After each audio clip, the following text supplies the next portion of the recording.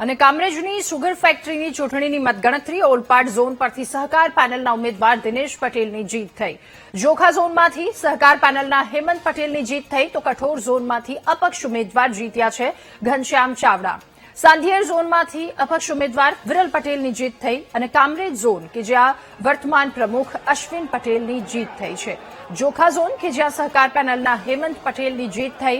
કામરેજ સુગરની ફેક્ટરીની ચૂંટણીની મતગણતરી કરવામાં આવી। ઓલપાડ ઝોન કે જ્યાં સહકાર પેનલના ઉમેદવાર દિનેશ પટેલ જીત્યા છે અને જોખા ઝોનમાંથી હેમંત પટેલની જીત થઈ।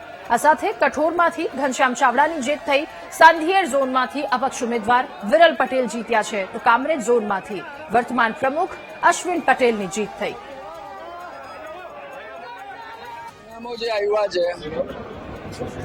એ પરિણામો પ્રજાને સંતોષ થાય અને પ્રજા મત આપે એ રીતના અમારા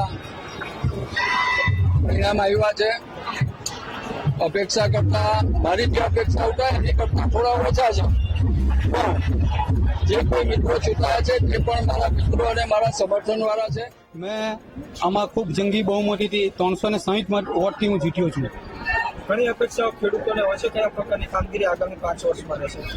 મારી ઓળખાણ જ ખેડૂતોના પ્રશ્નોને વાચા આપનાર તરીકે ઓળખાય છે। જે સભાસદ ભાઈઓ જનરલ સભામાં આવતા હોય છે એ મારાથી પરિચિત છે, કારણ કે દરેક જનરલ સભામાં હું ખેડૂત હિતને લગતા પ્રશ્નોને રજૂઆત કરતો જ આવ્યો છું અને એના પરિણામો બી મેં મેળવ્યા જ છે।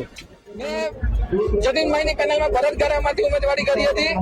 મારી જીત 58 મતની છે, બરાબર? 58 મતની મને જીત થઈ છે અને જે મેં વચન આપેલા છે તે વચન હું દિલથી પૂરા કરીશ। મારા ખેડૂતોની પરકે ઓલવેઝ ને મને ખડે રહીશ, એને હું ખાતરી આપું છું। અને મારા સમયમાં ખેડૂતોને મેં વચન આપ્યું કે કોઈ પણ કામ હોઈ શકે, જો ઝોનનો હોય કે ઝોનની બહારનો ખેડૂત હોય, તેના માટે હું તત્પર રહીશ।